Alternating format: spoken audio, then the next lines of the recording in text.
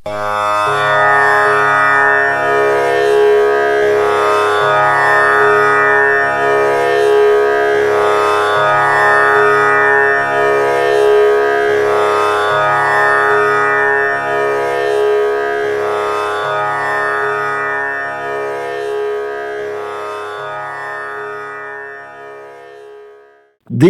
চ্যানেলের দর্শক ও গ্রাহক বন্ধুরা, হাজারো চ্যানেলের ভিড়ে নবজাতক দিগদর্শন একটু একটু করে আপনাদের হৃদয়ে স্থান করে নিচ্ছে।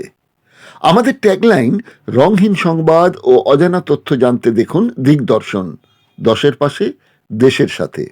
নতুন বছরে গঙ্গাসাগর, কুম্ভমেলা, নেতাজি জয়ন্তী, গণতন্ত্র দিবস পেরিয়ে এসে গেল হিন্দু সম্প্রদায়ের, বিশেষ করে হিন্দু ছাত্রছাত্রীদের এক পবিত্র ধর্মীয় উৎসব সরস্বতী পুজো। কিন্তু যদি বলি সরস্বতী কি আদৌ বিদ্যার দেবী, কিংবা ধরুন যদি বলি সরস্বতীর শুধুমাত্র হিন্দুদেরই একচেটিয়া অধিকার, আবার একথাও যদি বলি বসন্ত ঋতুর শ্রীপঞ্চমী তিথিও সরস্বতী দেবীর পুজোর দিন ছিল না, ছিল লক্ষ্মী পুজোর দিন, তবে কি সেটা বিশ্বাসযোগ্য মনে হবে? অনেকেই মজা করে বলে থাকি সরস্বতী পুজো মানে বাঙালির ভ্যালেন্টাইন ডে, অর্থাৎ ছাত্রছাত্রীদের অবাধ মেলামেশার সুযোগ ঘটে এদিন। সদ্য কৈশোরে পা ফেলা ছাত্রছাত্রীরা ধুতি পাঞ্জাবি বা হলুদ ও সাদা শাড়িতে প্রাপ্তবয়স্ক হয়ে ওঠার ইচ্ছেকে প্রশ্রয় দেয়। সদ্য নীলচে গোফের রেখা বিদ্রোহ করে ওঠা কিশোরের চোখে মুখে ফ্রয়েডীয় বাসনার আমন্ত্রণ। অন্যদিকে সাবান ঘষা অবাধ্য চুলের গোছা, একটু শাড়ি পরার অনাভ্যাসে সন্তর্পণে পা ফেলে আর চোখে বালিকারা দেখে নেয় তার স্বপ্নে দেখার রাজপুত্রকে, সে খুঁজে পাচ্ছে কিনা। অনেকে আবার বিষয়টি অত গুরুত্ব না দিয়ে শুধু একদিনের রোমান্স হিসেবেই দেখে। আম ধর্মনিষ্ঠ বাঙালি এদিন পর্যন্ত নিষিদ্ধ ফল ভেবে কুল খান না। দেবীর ভোগে নিবেদন করার পর প্রসাদ হিসেবে কুল খাওয়ার বিধান। তেমনি ইলিশ মাছ, বিজয়া দশমীতে যে জোড়া ইলিশ খেয়ে বিরতি, তার শুভারম্ভ তো এই সরস্বতী পুজোতেই। বাংলার সাংস্কৃতিক ঐতিহ্য বহু প্রাচীন, তাই শুধু ছাত্রছাত্রীদের স্কুল কলেজে শুধু নয়, গৃহস্থের ঘরেও সরস্বতী পুজোর চল। অথচ 19 শতকের মাঝামাঝি পর্যন্ত বাংলায় মেয়েদের সরস্বতী পুজোয় অঞ্জলি দেওয়ার অধিকার পর্যন্ত ছিল না। সে অর্থে রাজ্যে ঘুরে কোনো সরস্বতী মন্দিরও মিলবে না। তবে বীরভূমের নানুর ব্লকের বেলুটি গ্রামে একটি সরস্বতী মন্দির আছে। এই মন্দিরে রোজ দেবতা পূজিত হন দুবেলা। কিন্তু বেলুটি গ্রামে কোনো বাড়িতেই সরস্বতী পুজোর দিন সরস্বতী পুজো হয় না। মন্দিরে যে দেবীর পুজো হয় সেটি 6টি প্রস্তর খণ্ডের পুজো হয়। কথিত আছে সরস্বতী মূর্তিটি ভেঙেছিলেন হিন্দু বিদ্বেষী রাজা কালাপাহাড়। এই বিষয়ে বিস্তারিত পরে কোনো এক পর্বে জানাবো। এবারের পর্বের বিষয়, সরস্বতী কি সত্যিই বিদ্যার দেবী, তিনি কি কেবলই হিন্দুদের দেবী? এই দুটি বিষয়। এবার চলুন খুঁজে দেখি সরস্বতী কে, কে তার পিতামাতা, আর কেই বা স্বামী, আর কেই বা তার সন্তান। নিশ্চয়ই ভাবছেন সরস্বতীর স্বামী সন্তান এসব আবার কোথায় পেলাম? একটু হাতে সময় নিয়ে পুরো ভিডিওটা দেখুন। আমরা তো বলেছি অজানা তথ্য জানতে দিগদর্শন আপনাদের কাছে প্রতিশ্রুতিবদ্ধ। আজকাল সনাতনী হিন্দু শব্দটা প্রায়শই শোনা যায়, কিন্তু সনাতনী ধর্মের সঙ্গে হিন্দু ধর্মের কোনো যোগসূত্র নেই, স্রেফ ধাপ্পাবাজি। হিন্দু ধর্মকে সুপ্রাচীন প্রতিষ্ঠিত করতেই ধর্মীয় শাস্ত্রে শাস্ত্রকাররা একথা বলে থাকেন, আর ব্যবহার করেন এক বিশেষ রাজনৈতিক দল। জেনে বা না জেনে মূর্খের মতো তারা একথা বলে থাকেন। তর্কের খাতিরে বেদের কথাই যদি বলি, সেখানে সরস্বতীর তো কোনো উল্লেখ নেই। পুরাণবিদ নৃসিংহপ্রসাদ ভাদুরী যেহেতু পুরাণ ও বৈদিক সংস্কৃতিতে আস্থা রাখেন, তাই বিষয়টিকে তিনি প্রতীকী হিসেবে দেখেন। শুনুন সরস্বতী সম্পর্কে তার বিশাল পর্যালোচনার একটু নির্বাচিত অংশ। আমি একটু সরস্বতী নিয়ে বলতে চাইছি। সময়োচিত একটা পূজা হবে, তো ফলে মনে হয় যে একটা সময়োচিত নিবেদনও আমার করা উচিত। আমি ছিলাম অবতারের মধ্যে, সেখান থেকে হঠাৎ করে সরস্বতীতে এলাম। ঘটনা হচ্ছে যে সরস্বতী নিয়ে বলতে চাইছি বটে, কিন্তু সরস্বতী বোধহয় আমাদের যে দেবতাদের যে প্যান্থিয়ন, সেটা ভেদিক প্যান্থিয়ন হোক অথবা এপিক অর পুরাণিক প্যান্থিয়ন হোক, সেইখানে সরস্বতী বোধহয় সবচেয়ে রহস্যময় দেবতা, সবচেয়ে জটিল এবং সবচেয়ে কঠিন। এত বেশি পরিমাণ ফিলসফিক্যাল, তার জন্ম থেকে আরম্ভ করে তার কর্ম সব কিছুই এত বেশি প্রতীকী, ফলত এমনকি তার বেশবাস, শুক্লপদ্মা সনাদেবী, এই যে আরম্ভ এবং শুক্ল বস্ত্র উপশোভিতা, এত সাদা কেন? এটা তো আমার একটা প্রশ্ন লাগে। আমার তো নিজের মনে হয় যে সমস্ত বর্ণের সমাহার তো সাদার মধ্যে, তাই না? অর্থাৎ ব্রহ্মা যাকে হৃদয়ে ধারণ করে তপস্যা আরম্ভ করলেন, তার থেকেই তার আবার সৃষ্টি হলো, তার নাম হলো শতরূপা। শতরূপাই গায়ত্রী, শতরূপাই সরস্বতী, এবং তিনি ব্রহ্মাণী, তার মানে তিনি ব্রহ্মার স্ত্রী। খেয়াল করে দেখুন, ব্রহ্মার থেকে সৃষ্টি হলো, অথচ তিনি ব্রহ্মার স্ত্রী। তার মানে ব্রহ্মার থেকে যদি সৃষ্টি হয়, তিনি তার অঙ্গজা, আত্মজা, যার জন্যে একটা ইনসেস্টের কল্পনা করেন আমাদের লোকেরা, যে ব্রহ্মার সঙ্গে তার দুহিতার মিলন হয়েছিল। This is the first incest in our history. এটা যে বলেন, যারা বলেন তারা বলেন, বিশেষ করে জেন্ডার কনসিয়াস লোকেরা আজকাল এ নিয়ে খুব আলোচনা করেন যে আমাদের এখানে একটা ইনসেস্টের ঘটনা ঘটেছিল, এরকমভাবে আমাদের দেশে ইনসেস্ট হয় না। এই ভোক্তা, স্রষ্টাও কিন্তু তিনি। কাজেই এখানে এই মিথুনী ভবনের জায়গায় যারা ইনসেস্টের কথা ভাবেন, তারা একটু যেন দূরে থাকে, তারা কিছু বোঝেন না। ভারতীয় ফিলসফি, শাস্ত্র কিছু বোঝেন না। ইনসেস্টুয়াস রিলেশন কল্পনাও করবেন না। অন্যাচ্চ সর্ববেদানাম অধিষ্ঠাতা চতুর্মুখ, এখানে পুরাণ বাক্য, গায়ত্রী ব্রহ্মণস্তদ্বৎ অঙ্গভূতানি গদ্যতে। গায়ত্রী ব্রহ্মার অঙ্গভূত, এবং তিনি কীরকম? অমূর্তম মূর্তিমত বাপি, তিনি অমূর্ত হওয়া সত্ত্বেও মূর্তিমত। মিথুনং তৎপ্রযক্ষতে, তাকেই মিথুন বলা হচ্ছে। বিরিঞ্চি যত্র যত্রৈব তত্র তত্র প্রজাপতি, যেখানে যেখানে তিনি আছেন, বাক আছেন, সেখানে সেখানেই প্রজাপতি আছেন। এই যে মিথুন ভাব, এটাকে কি আপনি ইনসেস্ট বলবেন, নাকি এইটা বলবেন যেটা প্রত্যেকবার সরস্বতী পুজোর সময় আপনি বলতে থাকেন, যথা ন দেব ভগবান ব্রহ্মা লোক পিতামহ ত্বাং পরিত্যজ্য সন্তিষ্ঠেত তথা ভব বরপ্রদা। অর্থাৎ যেরকম ভগবান ব্রহ্মা যেরকম কখনো তোমাকে ছেড়ে থাকেন না, তোমাকে যেরকম কখনো ছেড়ে থাকেন না, হে বাগদেবী তোমাকে যেমন কখনো ছেড়ে থাকেন না, সেই রকম তুমি আমাদের কাছেও সেই রকম ভাবো। তার মানে আমাদের প্রতি মুখে কিন্তু এলেন সরস্বতী, তাই নাকি? কি বলছেন? এবং সর্বাণি সম্পূজ্য, যখন মৎস্যপুরাণ বলছে যে সমস্ত বাগদেবীর যখন আরাধনা হবে, তিনি বিনা পুস্তক ধারিণী। দেখুন খেয়াল করে যে ব্রহ্মার যা যা ট্রেইট, ব্রহ্মা সাদা কাপড় পরেন, সরস্বতী সর্বশুক্লা। ব্রহ্মা তিনি বিনা কমণ্ডলু ধারণ করেন, সরস্বতী বিনা কমণ্ডলু ধারণ করেন। দেখুন খেয়াল করে তার হংসটি পর্যন্ত ব্রহ্মার, সেটাও সরস্বতী গ্রহণ করেছেন। তাহলে এই যে মিথুনী ভাব, যিনি বাইরে এসে আবার ভেতরে প্রবেশ করছেন, এইটা হচ্ছে সরস্বতী। যার ফলে আমাদের বলতে বাধ্য হচ্ছি আমরা, যে জন্য আমরা সরস্বতী পুজোর মন্ত্র প্রতিবার যখন প্রণাম করি সরস্বতী পুজোর সময়, যথা ন দেব ভগবান, হে ভগবান ব্রহ্মা, তিনি যেরকমভাবে সমস্ত সময় সরস্বতীর কাছে কাছে থাকেন, সেই রকমভাবে তুমি আমার প্রতি বরপ্রদা হও। অর্থাৎ সরস্বতী যেন আমারও সবসময় কাছে থাকেন। তার মানে আমাদের ক্ষেত্রেও কিন্তু একটা মিথুনীভূত কল্পনা করা হচ্ছে। কিন্তু কেন? আমাকে এই জন্য একজন বলেছিল যে বেদা, এর পরের মন্ত্র, বেদা শাস্ত্রাণি সর্বাণি নৃত্য গীতাদিকঞ্চ যৎ ন বিহীনং ত্বয়া দেবী তথা মে সন্তু সিদ্ধয়। তোমাকে ছাড়া এগুলো কিছু থাকে না, শাস্ত্র বেদ ইত্যাদি যেরকম তোমাকে ছাড়া থাকে না, সেমনি তুমি আমাদের কাছে সেইভাবে থাকো। লক্ষ্মীর মেধা ধরা পুষ্টি গৌরী তুষ্টি প্রভামতি এতাভি পাহি অষ্টাভি স্তনভীর মাং সরস্বতী।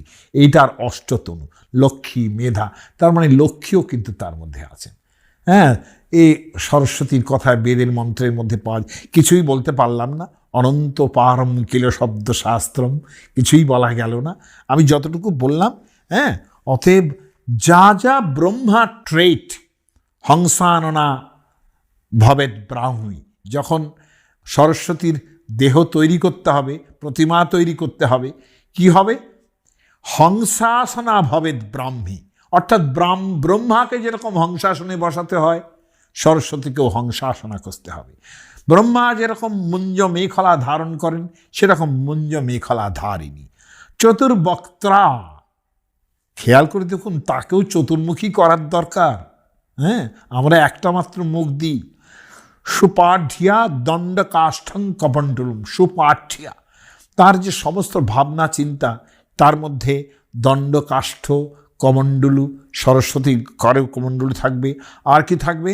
অক্ষসূত্রঞ্চ বিভ্রাণা, অক্ষসূত্র থাকবে, অর্থাৎ রুদ্রাক্ষ মালা থাকবে, এবং শ্রুবহস্তার্য ধারিণী, এবং হাতায় করে যে ঘি ঢালেন আর কি যজ্ঞে, সেই হাতাটিও থাকতে হবে, যেটি আমি মনে করি ব্রহ্মা তার বীণায় পরিণত হয়েছে। এই যে বীণা, আর্যধারা ঘৃত মুক্তি হবে যার থেকে, তার থেকেই সমস্ত গানের মুক্তি তৈরি হয়। হ্যাঁ, এই যে ভাবনা সরস্বতীর, সম্পূর্ণ ব্রাহ্মী ভাবনা, অর্থাৎ ব্রহ্মা থেকে তিনি এসছেন। এখানে ব্রহ্মাই তার স্রষ্টা, ব্রহ্মাই তার মুখ। আমাকে একজন জিজ্ঞাসা করেছিলেন যে সরস্বতীর মন্দির নেই কেন? অনন্ত জায়গায় দুর্গা মন্দির আছে, কৃষ্ণ মন্দির আছে, রামের মন্দির আছে, গণেশের মন্দির আছে, কোনো দেবতা বাদ নেই, সরস্বতীর মন্দির নেই। কেন নেই? আমি বারবার বলি যে সরস্বতী আমাদের প্রত্যেকের মুখের মধ্যে অবতীর্ণ। যে ব্রহ্মার মুখ থেকে তৈরি হয়েছিল, আমরা প্রত্যেকেই এক একজন ব্রহ্মা। আমাদের মুখ থেকে যে সরস্বতী নির্গত হয়, আমরা তার স্রষ্টা, আমরা তাকে ভোগ করি। ফলত এই সরস্বতীর সঙ্গে এই মিথুনী ভাব থাকার ফলে, আমার কথাটা কিন্তু অন্যভাবে নেবেন না, সরস্বতীকে একটা প্রতীকীভাবে ভাববার চেষ্টা করুন, তাহলে দেখবেন কবির কথাটাও গ্রাহ্য হবে, আমাদের কথাটাও গ্রাহ্য হবে। প্রত্যেক মুখে যেদিন থেকে সে শব্দ উচ্চারণ করে, সেদিন থেকেই সরস্বতী তার মুখের মধ্যে অধিষ্ঠিত থাকেন। এই সরস্বতীকে কিভাবে পরিষ্কার করবেন, আরও শুদ্ধা সরস্বতীতে কিভাবে নিয়ে যাওয়া যায়, সেটা কিভাবে প্রতিভায় পরিণত করা হয়, সেটা একজন মানুষের উপর নির্ভর করবে। এবার আসুন যুক্তিবাদের নিরিখে সরস্বতী দেবীর বিষয়টি একটু খতিয়ে দেখি। শ্রদ্ধেয় নৃসিংহপ্রসাদ ভাদুড়ী সৃষ্টিকর্তা ব্রহ্মার দেহাংশ থেকে উদ্ভূত শতরূপার সঙ্গে ব্রহ্মার শরীরী সম্পর্ক থেকে সৃষ্টি সরস্বতীর প্রতি ব্রহ্মার কামজ আকর্ষণ ও দৈহিক সম্পর্ককে প্রতীকী হিসেবে প্রমাণ করতে বেশ কিছু পুরাণের উদ্ধৃতি দিয়েছেন। কিন্তু পুরাণের সূত্রেই বৈদিক যুগে পিতা কন্যা ভাই বোনের যৌন সম্পর্ককে অস্বীকার করার কিন্তু কোনো উপায় নেই। সবই উল্লেখিত ঘটনাগুলির প্রতীকী। যেমন মৈত্রেয়নী সংহিতা, সেখানে 4/2/22 সূক্তে বলা হয়েছে উষা প্রজাপতির কন্যা।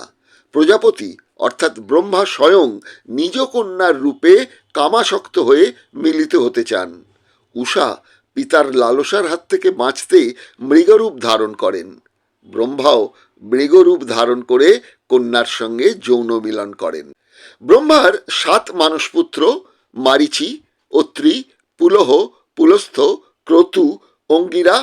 এই সপ্তর্ষির 7 স্ত্রীরা হলেন কলা, অনুসুয়া, ক্ষমা, হবির্ভু, সন্নতি, শ্রদ্ধা ও অরুন্ধতী। এদের প্রতি কামার্ত হয়েছিলেন স্বয়ং অগ্নিদেব। অতুল সুরের লেখা দেবতাদের যৌন জীবন বইটি দিগদর্শনের দর্শক ও গ্রাহক বন্ধুদের একটু পড়ে দেখার অনুরোধ করব। সেখানে যমজবির ভাই বোনের যৌনতা, পৌরাণিক চরিত্র দস্ত নিজের বোন মায়া, লোভ নিজের বোন নিবৃত্তি, ক্রোধ নিজের বোন হিংসা, কলি নিজের বোন নিরুক্তিকে বিয়ে করছেন। শুধু অপ্সরা নামের 12 বনিতাদের দেখেই যে দেবতা ঋষিদের বীর্যপাত হতো তা নয়, ধর্ষণও ছিল তাদের কর্ম। শুধু পুরুষ দেবতা নয়, উত্তর বৈদিক যুগের দেবীরা পর্যন্ত ছিলেন যৌন মুখর। অবিবাহিত সহা অগ্নিকে কামনা করতেন। তিনি এক ঋষিপত্নীর রূপ ধরে অগ্নির সঙ্গে মিলিত হন। দেবলোকে 60 কোটি নাকি অপ্সরা ছিল। তাদের কাজই ছিল দেবতা ও বৈদিক ঋষিদের যৌন আনন্দ দেওয়া। ফিরে আসি সরস্বতী প্রসঙ্গে। প্রথমে উল্লেখ করব পুরাণ অভিধান। সেখানে বেদে সরস্বতীকে জ্যোতির্ময়ী অধিষ্ঠাত্রী দেবী বলা হয়েছে। আর্যরা ব্রহ্মাবর্ত নামক স্থানে উপনিবেশ স্থাপন করে, কারণ বেঁচে থাকার জন্য জল দরকার। সেখানে ছিল একটি নদী, সেই নদীর নামকরণ হয় সরস্বতী। কবি বাণভট্টের রচনায় আছে, বৈদিক যুগে পূর্ণ বেগবতী নদী ছিল সরস্বতী এবং সাবিত্রী। ব্রহ্মলোক থেকে নেমে এসে এই দুই নদী সোন নদীতে এসে মেশে। সোন নদীর পৌরাণিক নাম হিরণ্যবহ। এই নদীতে সে যুগে নাকি প্রচুর সোনার গুঁড়ো মিলত, তাই নাম সোন নদী। এই নদীর উৎপত্তি মধ্যপ্রদেশের অমরকণ্টকের কাছে। সরস্বতী যেখান থেকে সৃষ্টি, সেই ব্রহ্মলোক পুরাণের সংজ্ঞায় প্রজাপতি লোক থেকে 6 কোটি মাইল ওপরে, যা স্বর্গলোকেরও নাকি ওপরে। বাস্তবে অবশ্য ব্রহ্মলোক পাহাড়ের উচ্চতম স্থানে জমা হওয়া বরফের চাদর থেকে বেরিয়ে আসা জল। হিমালয়ের গাড়োয়ালের হারকিদুন হিমবাহ থেকেই এই উৎপত্তি সরস্বতী নদীর। বলা হয় এই নদী ভাগীরথী অর্থাৎ গঙ্গার শাখা নদী, যা 1600 শতক পর্যন্ত ছিল।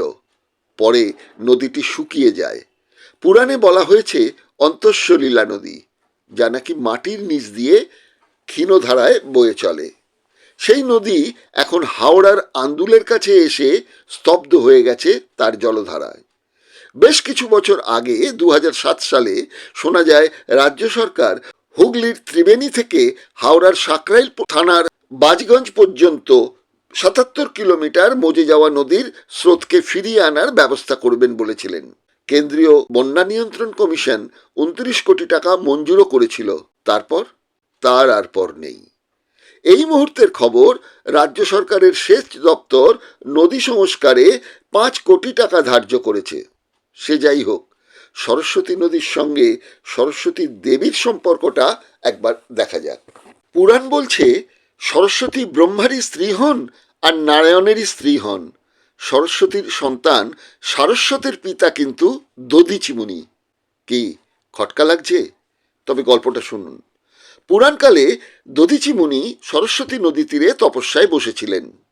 অপ্সরা অলম্বুসাকে দেখে তিনি বিচলিত হন। ফলে সরস্বতীর নদীর গর্ভে জন্ম হয় পুত্র সারস্বতের।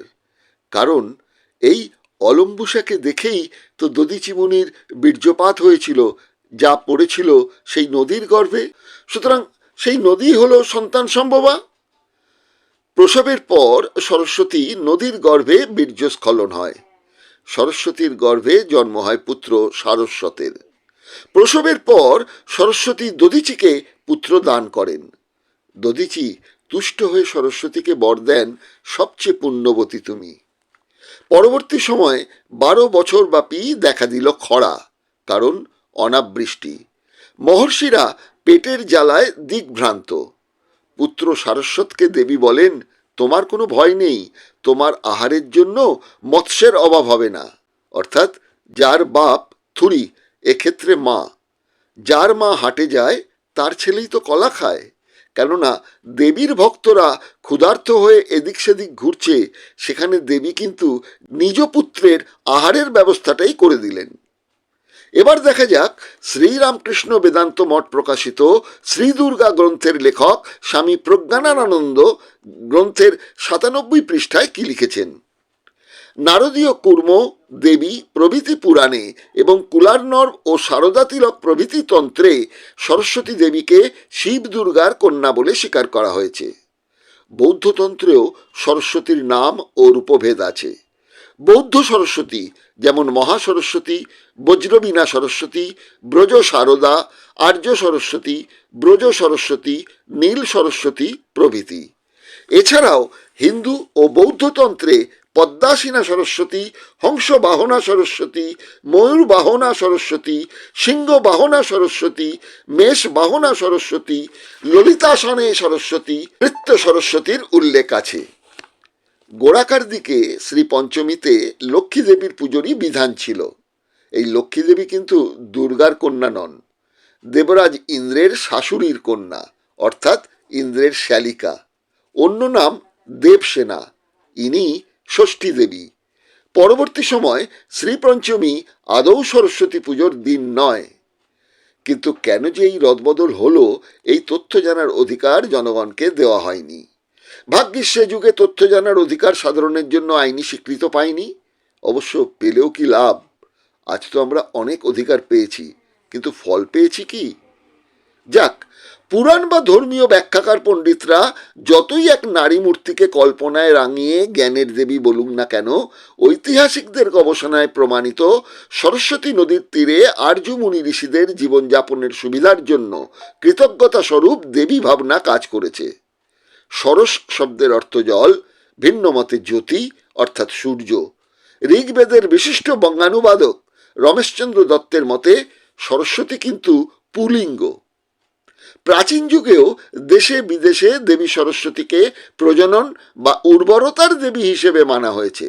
অর্থাৎ বেদে বাগদেবী দেবশ্রেষ্ঠ কামের কন্যা।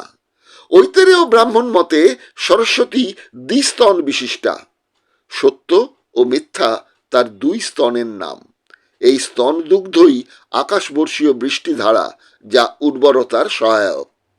সরস্বতী পুজোর অন্যতম উপকরণ লাল পলাশ ফুল। ঋতুমতী নারীর রজদর্শনই প্রাণী জন্মের প্রথম শর্ত, সুতরাং রক্তের অঞ্জলি দেওয়াও এই পুজোর শর্ত।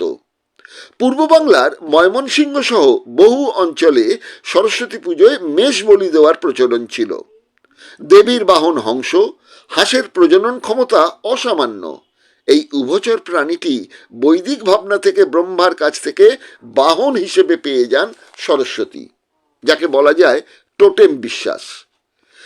কিছু ক্ষেত্রে মেষ অর্থাৎ ভেড়াকেও দেবীর বাহন বলা হয়েছে। ভেড়ার প্রাচীন শব্দ মেড়া। শব্দটি এসছে মেট্র থেকে, যার অর্থ লিঙ্গ। অনেক ক্ষেত্রে মোরগ এবং ময়ূরকেও দেবীর বাহন বলা হয়েছে। অর্থাৎ অন্ধকার থেকে আলোর বার্তা প্রথম বয়ে আনে মোরগ। আর ময়ূর স্বভাবে পলিগ্যামিক, বহু সঙ্গিনীতে বিশ্বাসী। কামকন্যা উর্বরতার দেবী সরস্বতীর এর চেয়ে ভালো বাহন আর কি হতে পারে? ঋগ্বেদীয় যুগে দেবী সরস্বতীর কাছে কিন্তু বিদ্যা নয়, চাওয়া হতো অন্ন, বস্ত্র এবং পুত্র। এই পর্বে এই পর্যন্ত। শেষাংশ দেখতে আপনাদের দেখতে হবে দ্বিতীয় পর্ব। কয়েকদিনের মধ্যেই প্রকাশিত হবে দ্বিতীয় পর্ব। অবশ্যই দেখবেন এবং সরস্বতী সম্বন্ধে অনেক অজানা তথ্য আরও জানতে পারবেন। দিগদর্শন, দশের পাশে, দেশের সাথে।